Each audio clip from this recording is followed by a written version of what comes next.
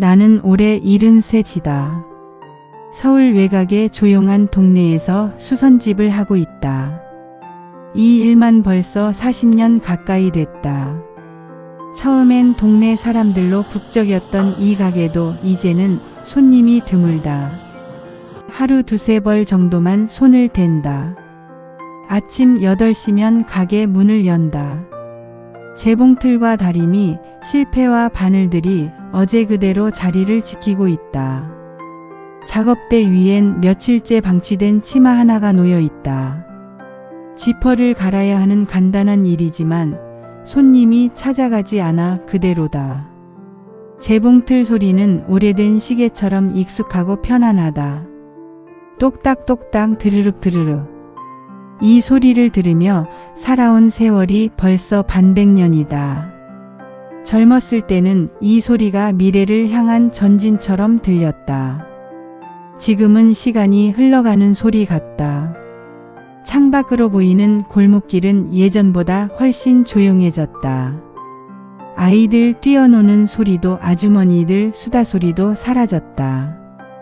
대신 택배 오토바이 소리가 가끔 지나갈 뿐이다.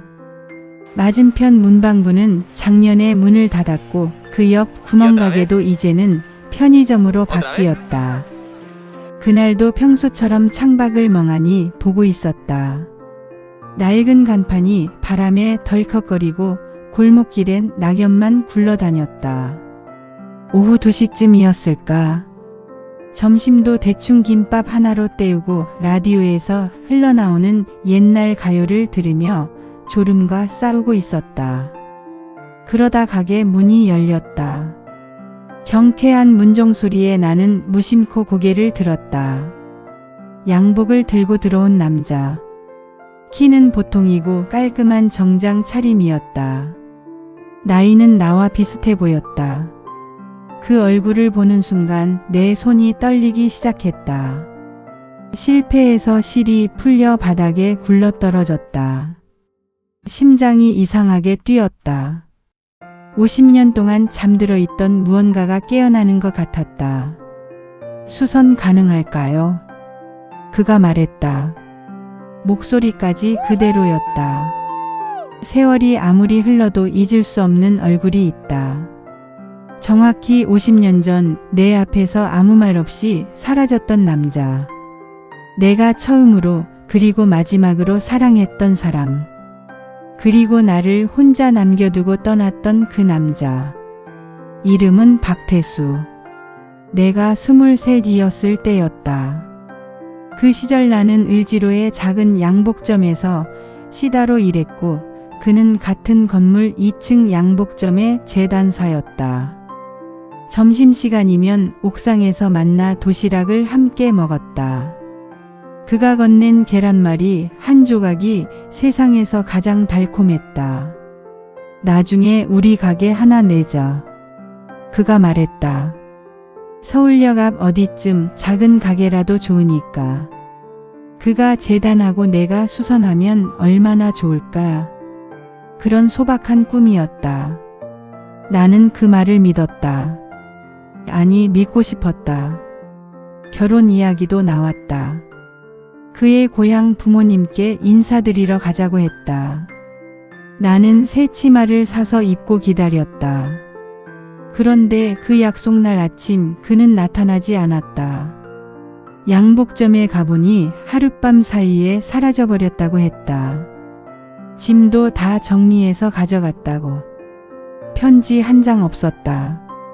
작별 인사도 없었다. 마치 처음부터 없던 사람처럼. 나는 한 달을 울었다. 2달을 기다렸다.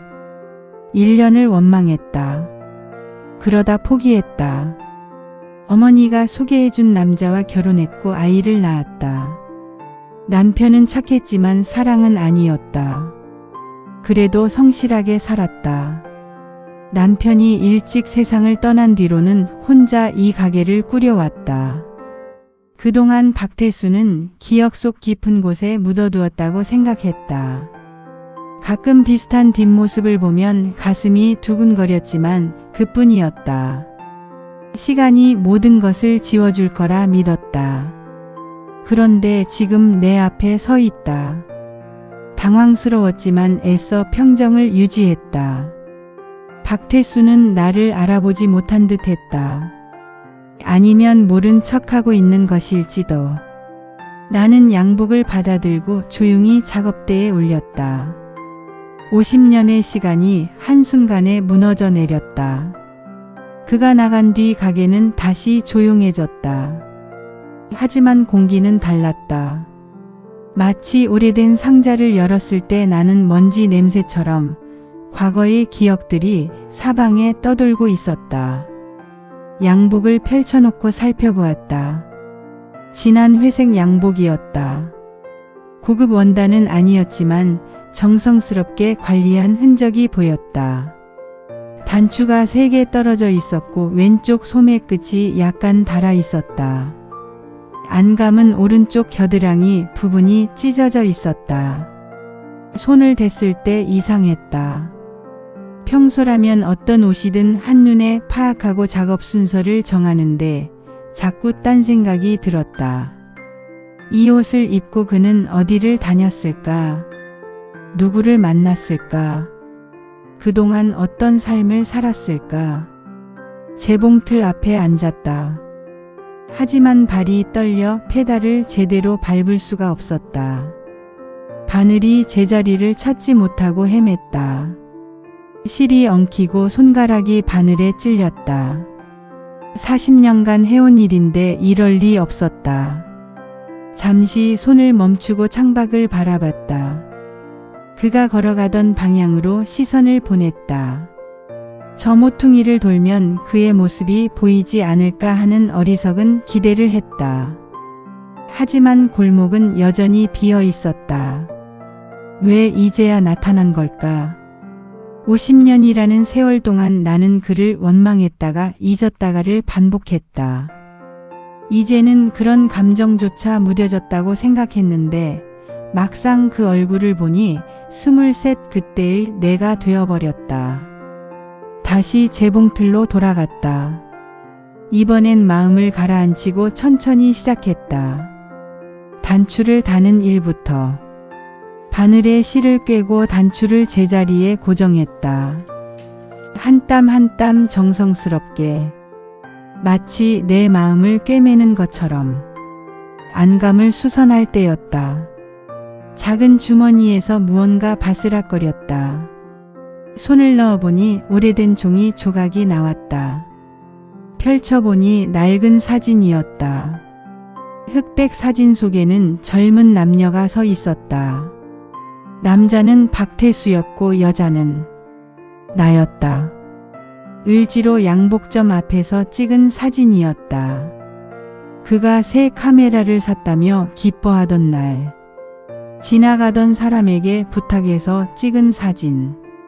나는 수줍어하며 그의 팔짱을 끼고 있었고 그는 환하게 웃고 있었다. 사진 뒷면에는 흐릿하게 글씨가 보였다. 영원히 함께라고 적혀 있었다. 그의 글씨체였다. 손이 다시 떨렸다. 작업이 끝나고 나니 내 손에는 어느새 땀이 맺혀 있었다. 사진을 든 채 한참을 서 있었다. 그 종이 조각이 50년의 시간을 한순간에 무너뜨렸다. 젊은 날의 우리가 그대로 미소 짓고 있었다. 행복했던 그 순간이 이렇게 작은 조각에 담겨 살아있을 줄이야. 사진을 조심스럽게 작업대 서랍에 넣었다. 양복 수선은 끝났지만 내 마음은 더 헝클어져 있었다. 그는 이 사진을 알고 있을까? 아니면 잊어버린 채 양복만 맡긴 것일까? 사흘이 지났다. 박태수는 약속한 시간에 정확히 나타났다. 문을 열고 들어서는 그의 모습에서 어딘지 모를 망설임이 보였다. 나는 수선된 양복을 건네며 최대한 평온한 목소리로 말했다. 다 됐습니다. 그가 양복을 받아들었다. 잠시 옷을 살펴보더니 고개를 들어 내 얼굴을 똑바로 바라봤다. 그 순간 가게 안에 깊은 정적이 흘렀다. 시계 초침 소리만 또렷하게 들렸다. 잘 됐네요. 그가 말했다. 하지만 시선은 여전히 내 얼굴에 머물러 있었다. 나는 알 수 있었다. 그도 기억하고 있다는 것을. 단지 먼저 말을 꺼내지 못하고 있을 뿐이라는 것을.